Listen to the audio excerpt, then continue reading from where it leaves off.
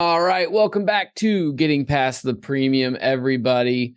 This is going to be a fun episode today. We're coming with a somewhat local, being in Nebraska, with Cole Williams here. So that's kind of fun. Cole and I have been known each other for a while through some of our industry stuff at the state level, and I'm excited to have this conversation. But before we dive in, Cole, how you doing today? Thanks for having me, Elliot. Having a good day. Trying to avoid catching some of this weather that Yeah. everybody's been dealing with for the last since March Yeah. probably. Um, but yeah, man, I'm looking forward to. I've followed along with what you guys are doing, not only just with your agency, but also with Launch and then your podcast channel too. So I'm just I'm excited to be here. Yeah, no, excited to have you, and I hope you skate through some of these storms. It's been a crazy year, man, for storms, but we've You guys obviously take it on the chin pretty hard at the end of April. the tornado that rolled through here, or through the Elkhorn area, there's a lot of damage. We surprisingly didn't have a ton of clients that got hit, Mhm. which was odd, but yeah, you feel terrible for the people that were Yeah. affected because it's pretty devastating. Yeah, I've talked to some other people about that, and I kind of have to remember to remind myself that there's a chance that they might have lived over there. It's not Yeah. just how'd your agency handle it, how are your customers, but like how are you doing? So Yeah. No, yeah, totally. Yeah. Yeah. It was kind of wild. It missed us by about a mile and a half. So, yeah, uh, yeah. but yeah, man. So before we could keep riffing on Nebraska stuff all day, but I want you to give everybody your background a bit. I think that's important to kind of frame in the conversation we want to have today. You know who you are and how you got to where you're at, and then we'll Sure. dive in. Yeah, so obviously, like I said, my name is Cole Williams. I've been in the insurance industry for it's 15 years this year. January of 24 is my 15th year in the business. We're third generation owned family business, so I'd be the third generation of owner involved in this entity. And yeah, so in the entire 15 years that I've been in the industry, I've worked um, exclusively with meat and food packing plants, kind of across the Midwest. Um, it was kind of a natural fit for me to focus on one niche. When I was in high school, along with playing sports and doing physical activities, I was also uh, on the debate team. Okay. And the form of debate that I did, I just talked about one argument all the time. That's all I talked about. And my theory was that in high school, my theory was I'm going to be better at this one thing, or I'm going to know and understand this one topic better than you can use all of your breadth of knowledge to, Yeah. in a competitive situation. So that's kind of it was just kind of a natural fit. When I was hired at a college, I was working at this. So this would have been in the around 2008 during when the recession was going on.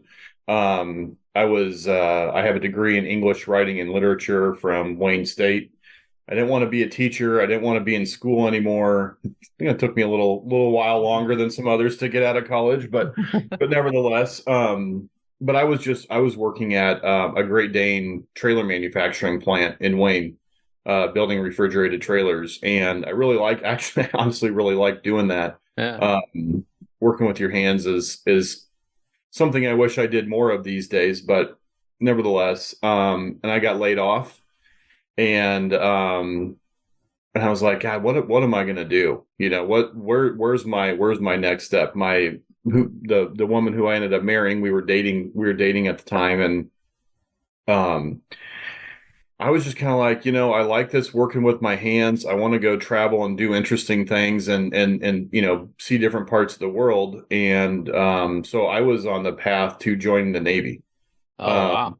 I had taken some preliminary, some of their metrics, their entry level testing, and I was scoring really highly. And the recruiter I was working with was like, he's like, you're going to qualify in here. You're going to be, and I don't remember what the phrase were, but he's like, there's a chance you can go do some really interesting stuff. And so my goal was to get to go into the Navy, learn how to weld, and then eventually when I left the Navy, to go do like high technical welding with all the alternative energy stuff, whether it be pipelines or windmills or turbines or whatever.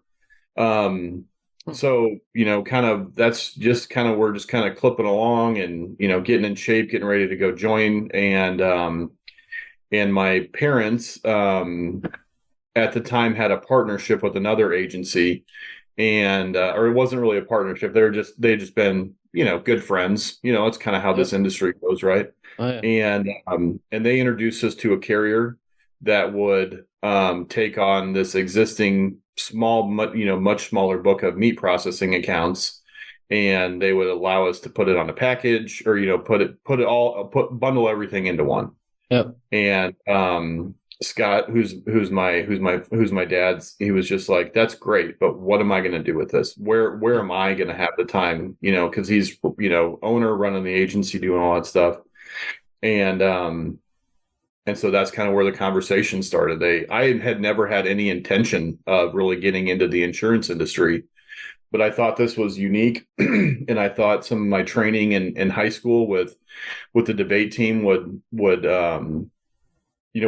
be beneficial to this, because I know how to dive into a topic, and I kind of learned how to do research that way, and and so that's where it started, and here we are 15 years later that we're getting ready to end our year, and the actual amount of revenue in that book it's been life changing. It's where it started to where it was to where it is now today.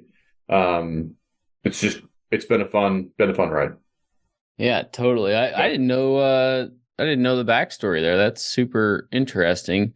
So I want you to kind of go back to when you were, the first few months, first year or two of building, the program and the niche. And this is probably a little bit different than how a lot of people have built niches, where, you were coming in from outside the industry and had basically a program that you were going to go target. I know a lot of people use programs to build niches, but talk through just how did you get, number one, the knowledge, right? And then the credibility with, your prospects and clients when you're coming in brand new to the industry, you're young, yes, you have a good, you've got a good program, but, I still don't know, how you're going to, if you can do it, type of thing. How'd you get over some of those hurdles? So, that's a good question. So we belong to several state meat processor organizations. They're little trade groups, and then we belong to a national one called the American Association of Meat Processors. And the good thing about those trade associations is that they do a bunch of their own continuing education. If you're a butcher, you don't have to there's no real certification that you have to have beyond whatever your state or local or national, food safety, registration is. So, I mean, if you're a federal plant, there are things that you have to do on an annual basis to keep that, but it's not like you don't have to go to butcher school to do something like that. Yeah. So we started going to some of those, and I would go to the sessions and learn, listen to what those guys are talking about. Networking is something that comes fairly easy to me. It wouldn't surprise most people who've met me to know that I'm a guy that likes having interesting conversations with people, and or good conversations with interesting people. So, that's just kind of where it really started. And in a lot of the stuff, I remember looking at some of our, because so I had two jobs when I was hired. One is to get everything that we have with this carrier, and then two, then grow that relationship with that carrier. Yep. So I had to learn, real early on that how do you value a meat packing plant on a property line? It's not like you can just plug it in to the, to core logic and call it an office and it spits out $100 a square foot or whatever. There's a lot of that stuff. There's nuances to it, right? Yeah. Well, right. Yeah. And you got to read the policy forms. And so there was just a lot of that stuff that, just again, kind of going back to what I had worked on in high school is here's a topic that's interesting to me. I have an ability, I have an ability to learn more about this than anybody else does. And I remember, from way back when I started, my goal was I want to know more about insurance for meat packers than anybody else in the country. And I want to have forgotten more about insurance for meat packing than anybody else knows. So, yeah. So, the opportunity to build the credibility was, going through the existing book that we had and being like, this stuff, the values aren't right. Because they had just been kind of sitting there for, for a while. And so, yeah, that's kind of how it started. And, going to the trade shows and honestly, as archaic as it sounds, all of my prospects that we came up with, to start, we were sending them, letters and get a report. We would send, 50 letters out in a week, and that's who I would call the following week. We'd send them out on a Tuesday. They're probably getting there by Friday, and I was calling them by the following Tuesday. And so, the thing about a niche, I think that some people don't think about is, to me, and I've had a lot of time to think about this, but the characteristics of a good niche are high frequency, low severity, or high severity, low frequency oriented casualty claims. Yep. That drive rates that scare 99% of the agents that are out there. So you you can find that in really any, and it doesn't have to be a whole package. I mean, that could be, people I'm sure you guys have known people who have built niches around professional liability for nonprofits. Yeah. Could be. Just that part. And if they get the rest of it, then great. But, yeah, so that's kind of how it all started for me. And, here we are today. Well, I love that you take the approach of, you're going to understand it better than anybody else. I mean, that's how you can educate people. That's how you can show the client your value. It's one thing to have a program, but that's only half the battle, right? Right. And I think too often our industry and producers rely way too heavily on the carrier and what I call the carrier's value prop versus building your own value prop, which is what you're talking about, right? You being the expert so that when you sit down in front of the client, they're looking at it as Cole being the expert, not, Nationwide's program as being the best for me. You put those two together and now you got a weapon that you can go build a niche with. But, encouraging everybody to think of it that way, that, yes, find the best tool for the clients you want to target. Absolutely.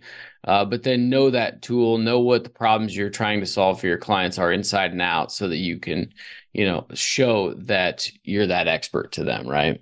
Well, yeah, and it opens a couple of doors to the whole right carrier, wrong agent conversation. Yeah. I mean, that's, our book has grown quite a bit via BOR, especially over the last like 4 or 5 years, where, I think you guys you've had some conversations on this platform about BORs. Oh, yeah. As long as they're understood and you explain to them what the right thing is, they're a really valuable tool for the customer, the buyer of insurance, to get the proper representation. I think it's a more ethical and better tool, in my opinion, if, like you said, if laid out correctly, if understood correctly. But yeah, right. But the other thing about that is that once you get 7 years is kind of the number in the industry. Like once you make it past kind of that 7 years, and if you're focused on if you're intentional about what you want to do and the growth that you want, once you get past that time frame, maybe it's 10, I don't know what it is, but there's an average. I'm sure somebody out there knows what it is. Referrals start to come easier. And then when you're so highly specialized in that niche, and there's all these little social media groups about whatever, small meat processor support network, or meat packing for dump, like all these, like your customers will start to be involved in those groups, and eventually somebody's going to have a conversation about insurance, especially when you're in an industry that's got high chance for severity, is not well understood, and the rates are pretty high. Yeah. So like those conversations will start to come up, and then after a while, I tell a lot of my customers, like, our value proposition anymore is we're here to provide resources, guidance, and access to a network of vendors that you might not get otherwise. We just happen to get paid to do that through the sale of an insurance policy. Bingo.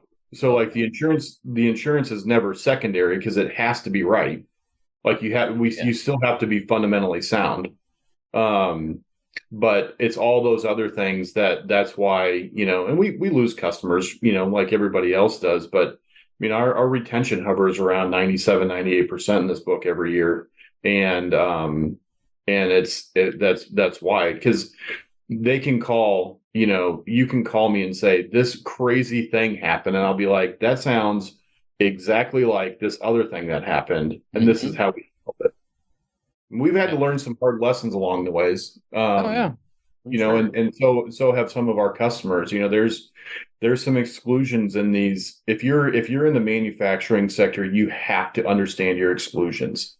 We probably spend more time talking about what's not covered than what is. Yeah. And actually, I know we do. And unfortunately, we've had to learn some expensive lessons, and because our customers have learned some as well, but we're all better for it. And those customers, I mean, we're talking like two lessons were expensive, but we still represent those guys and their organizations, and so that's no, I think that's spot on. I mean, at the end of the day, you have an ability though to learn those and then apply them when you're working with similar clients like that, right? Versus, a generalist that might learn, be dealing with a contractor that they have an issue with and whatever, and now they're going to try to apply that to a retail store or something. Yeah. It's just not as applicable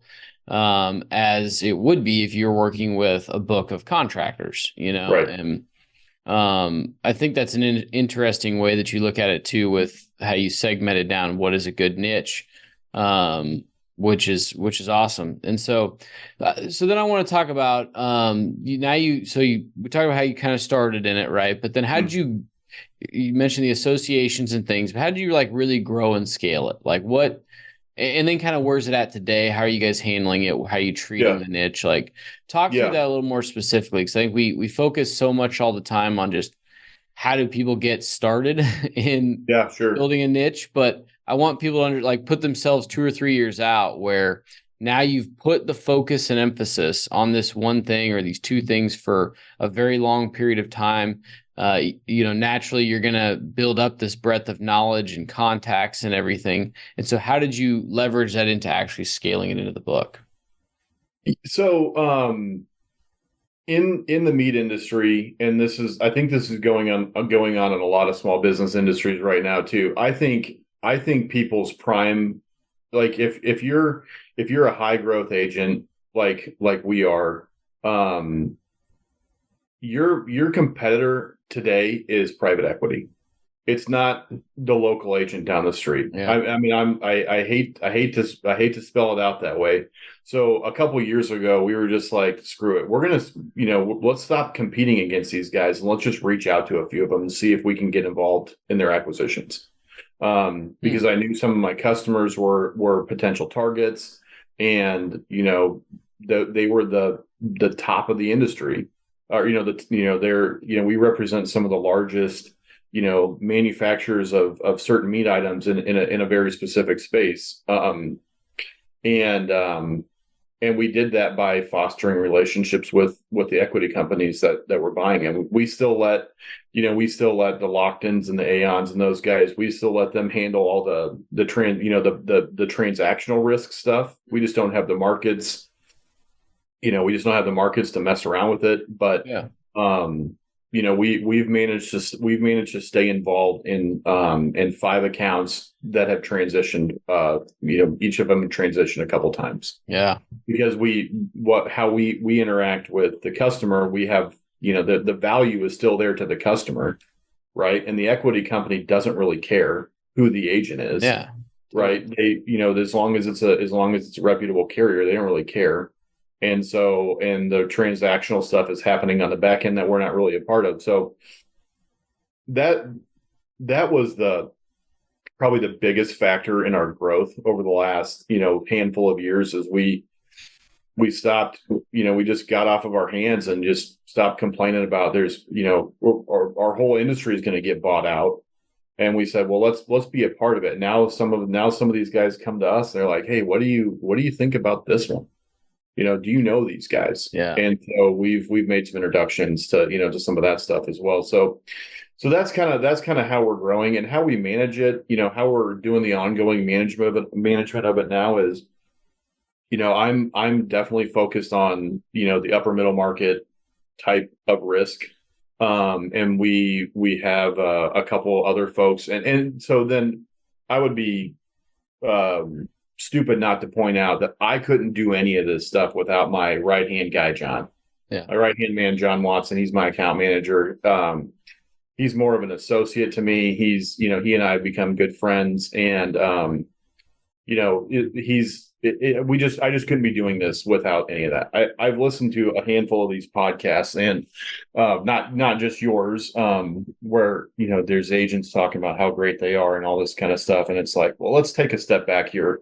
And I couldn't do any of this without our support team. So yeah, great team is a necessity for sure. Yeah.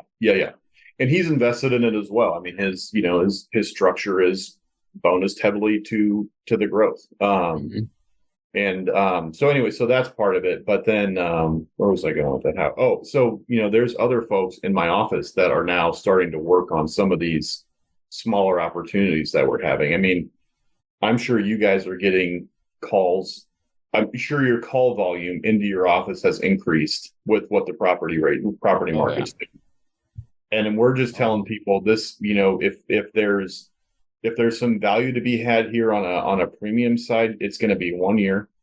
Don't say, we're not saying, well, you're paying way too much and we're going to lower your premiums. And it would be disingenuous to be on a podcast called Getting Past the Premium if we're talking about lowering rates and stuff, because it's just not a long-term viability. So now we're talking to people about what are some long-term things that you can do to get you to the top of the stack, and so that you're an attractive target for underwriting, especially on that small business, because we still have all the markets, the markets to write those small meat processors. Yep. It just look how you're watching the video. My light keeps you guys are. Yeah. It's not though. It drives me nuts. Anyways, sorry to interrupt you. Yeah. But yeah. So that's definitely the next step. There's a producer that we just hired that we're really excited about. It was a luck thing. We just kind of stumbled into each other. We'd known him for a little while, and we had an opportunity with, some prior, he was not happy with his employment. I was like, well, let's figure out something here. And so we're going to turn him loose on that stuff too, because there's so much opportunity still out there. But the good thing is that you can be real selective with it. Well, and that's absolutely, so that's an interesting next caveat here. So now you've gotten the book to the point where, I'm not going to say you're at capacity, right? But that you've gotten to the point where you've nailed down processes, you've nailed down markets, you've nailed down target clients, all the nuance that goes into building that book, right? Right. So now you can continue to further scale it by adding people to that system, right? So talk through that a little bit, and like what is your vision for him? But then how does that fit into, or I guess, how are you taking what you've already built and giving it to him to get trained on and go execute versus, the flip side to hiring a new producer is like, hey, here's the phone book, go sell. Yeah. So talk through the differences there.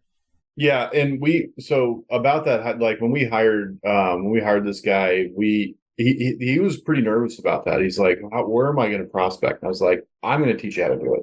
Don't worry about it. I'm not just going to flip you a phone book. Yeah. So we're starting him out leading with comp right now, and it's a good time to do it because it's still, that part's still soft, and so he's picking up opportunities on other lines that people weren't necessarily interested in, and it's just like, hey, is this on your radar right now? Is this something that you're thinking about? Well, yeah, everybody's thinking about their insurance because we live in a chaotic industry at the moment, but yeah, and so when we were getting ready to hire him, I spent a couple days just locked in my office typing out what's my sales process look like. And I have to remind him and myself that when I'm talking about the nuances of the extended the period of indemnity on a business interruption form, I have to remember that he's kind of starting at a stone wheel and I'm driving a steam engine, right? Like that we're at different spots. So I was just like, screw it. I'm going to sit down. I'm going to write out this whole thing and just say, here's how I've done this. Make it your own, but here's the fundamentals of prospecting. And then from there, it's, once we start getting some opportunities in that, in this space, then it will just be like, all right, let's do an audit. Let's audit this policy and pick it apart. And we still have all the, all the document. I still do that even on, $50,000 revenue accounts. It's like, you still have to be fundamentally sound. I made that comment a little bit ago that, you still have to, your fundamentals still be sharp. Yeah, I mean, and so it, like, there are people who are interested in getting an experienced mod audit that we do for them. There are some folks who need HR help, which we have resources for that. There are some folks who need safety help, which we have resources for that, but not everybody's into that right at the same time. So, so that's really kind of the next step in the evolution of, where this agency goes, in the next 10 years, because, Scott and Lori, they're starting to have some of those conversations about, kind of ready to hang up the cleats, so to speak. And I'm kind of getting ready to, I've been having the conversations with myself and my wife about what's this look like for us. And yeah, the way it moves forward is sound fundamentals with good producers that understand in the next 10 years, generalist agencies, I think, are really going to struggle. I agree. Because there's so much just, I don't know. I like the word chaos, but there's just so much clutter in everybody's mind space right now that it's hard to figure out when somebody wants to work through a certain problem. And so that's why, with his calling, he's just calling and asking people like, hey, I see your comp is in the assigned risk pool. Is this even on your radar right now? Not calling, hey, I'm Micah and I like to save you some money on your workers' comp. Can I schedule 27 minutes with you and next Tuesday? I just think you have to, the economy of your language and prospecting, or the economy of your words, has to shrink tremendously. Yes. Like, are you thinking about this right now? Yes or no? Because if you're not, I'm not going to waste your time. Well, and the problems, and the language, the what the current events are, and all of those things, because you're working with those types of clients regularly, and so it just significantly shortens that period of time. But yeah, so I want to go back just on hiring this next producer. I thought was interesting, and I want to make sure I caught it. You're basically you said he's leading with work comp. So you're, I would assume, teaching him, hey, here's how you can go out and target work comp. Here's how I've done that, and here's what's been successful. Yep. Here's how you're going to prospect, et cetera, right? You're going to lead with that, and then we're going to transition to here and do this, right? Yep. Which I think is a smart way to do it, because you're getting you're giving him the playbook to go start to be successful. But then once he gets those opportunities that are broader than what he knows yet, he's got you to lean back on and say, all right, cool, let's roundtable this one. Like you said, dissect the policy, and he can learn through that entire process of, okay, how do I take it from work comp to the next thing, the next step? Right. Is that how you're approaching it? Was that systematic or by happenstance, or how did you kind of work through that piece? I got to give huge props to our buddy David Carruthers for, he's built his whole agency around that model. I've been a member of Killing Commercial for, I think, 4 years now or something like that. So I've just learned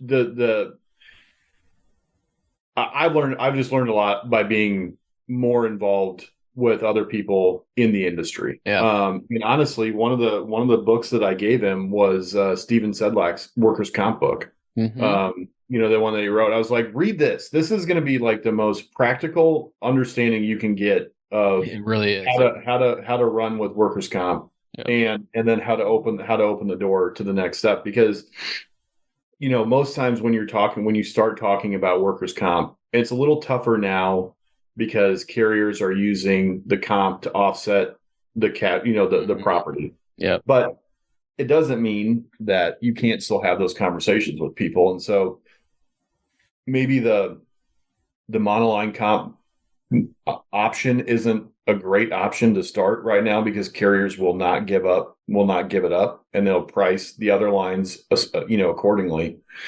But you can still have those conversations with people. And most times when you have a conversation with somebody, if you have 15 employees, you've had an HR situation in the past, right?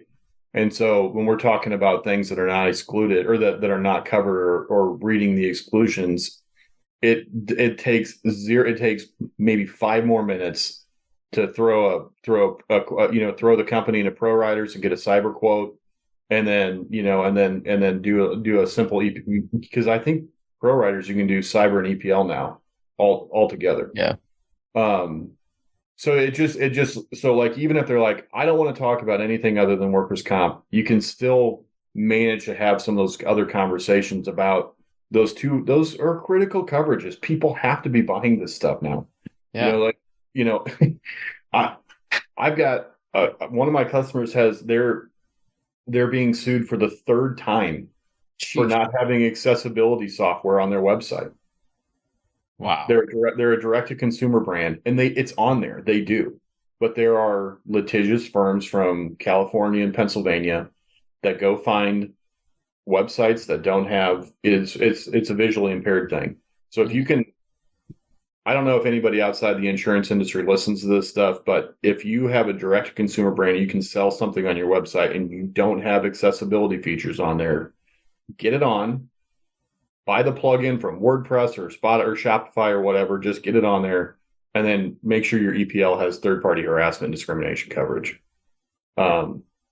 Tangent, because it's frustrating that we have to keep dealing with this. But so workers' comp is just an interesting way to lead in to get people thinking about things that are not just their property. Because if you have 15 employees, you've had an HR incident at some point. We subscribe to all of our customers get a subscription to Mineral or whatever they're calling it now. Yeah, I know. I like to think HR better, but that's just me. I think it's Mineral now. Yeah. Yeah, I think they just sold or something. I don't know, whatever. It's great. There. But they all get something like that, and they're all going to get like a real basic safety manual. Yep. So even if he's only going to do one workers' comp policy, there's value in that relationship that they're not getting. And they're getting it from us just because, again, like I said, we've stepped on some landmines. Yeah. And we're all kind of peg-legging around here. You're in the insurance industry long enough, you've stepped on a landmine. Oh, yeah. Yep. Yeah. Yeah, so I mean, I would agree with that, and I would encourage everybody though to not let yourself be uh, held back by the carriers like that conversation. It is harder to decouple the work comp from the package right Sure. now because of how the carriers look at it and all of that.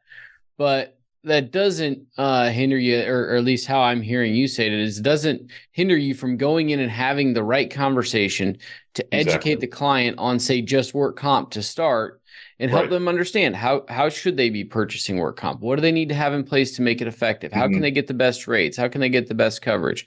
So on and so forth. And if you do that, you're going to uncover things that you might be able to solve otherwise. Or, maybe you just help drive that wedge between the current relationship and, what you're doing or what you're talking about. and and be able to put that doubt in their mind, right? Because Right. then at some point, even if it's not today, at some point you are going to leverage that, or you're going to have enough of that relationship capital built up to be able to go back to that client and say, hey, I know that we've talked just about work comp in the past. We've had some issues with the carriers on, being able to do anything with you on that. But I'd really like to discuss if there's an opportunity we could look at the overall program and really see what we could do Yep. for it. But Yeah, you've for sure. For provided tons sure. of value and education, and you're an expert and all those things in their eyes now because you put in the work, right? Yeah, the phrase, I don't think I erased it from my whiteboard. You've heard of girl math, right? Well, there's sales math. So I had this whole like this is sales math on my whiteboard over there. But the best way, we just work on creating fear, uncertainty, and doubt. FUD. Yeah. I mean, that's the phrase that I use about, especially when you're asking a question about, well, how are you going to handle, what are you going to do if you're out of business for 3 weeks? Mm-hmm. You have one customer. What are you going to do? Mm-hmm. Or how are you going to handle all That's a this? Well, I great guess I question. haven't really even thought about it. It's like, okay, well then let's talk about XYZ then. So yeah, that's the whole goal with Micah. Micah Wheeler is his name. And and yeah, because even if you can't, like, I like the phrase, I like how you phrase that, decoupling the workers' comp. It's really hard to do that, but you can still, because that's still soft. If the rest of the operations are in a carrier's wheelhouse, they're going to come in. They're going to come in hard with the workers' comp. I mean, even some contractors, always casualty heavy accounts, right? Auto, workers' comp, GL, umbrella. Um, but they always have a building, right? And now they're starting to we're getting hammered on this. What's going on with this property? It was never something that anybody really thought about because it was just always everybody was so focused on the casualty lines. But I mean, there's just so much opportunity out there, and I think what's happening in the world is there's a lot of fear, uncertainty, and doubt just going on in the world anyways. So if you can cut through in a very short period of time and on a prospecting call with, is this even on your radar right now?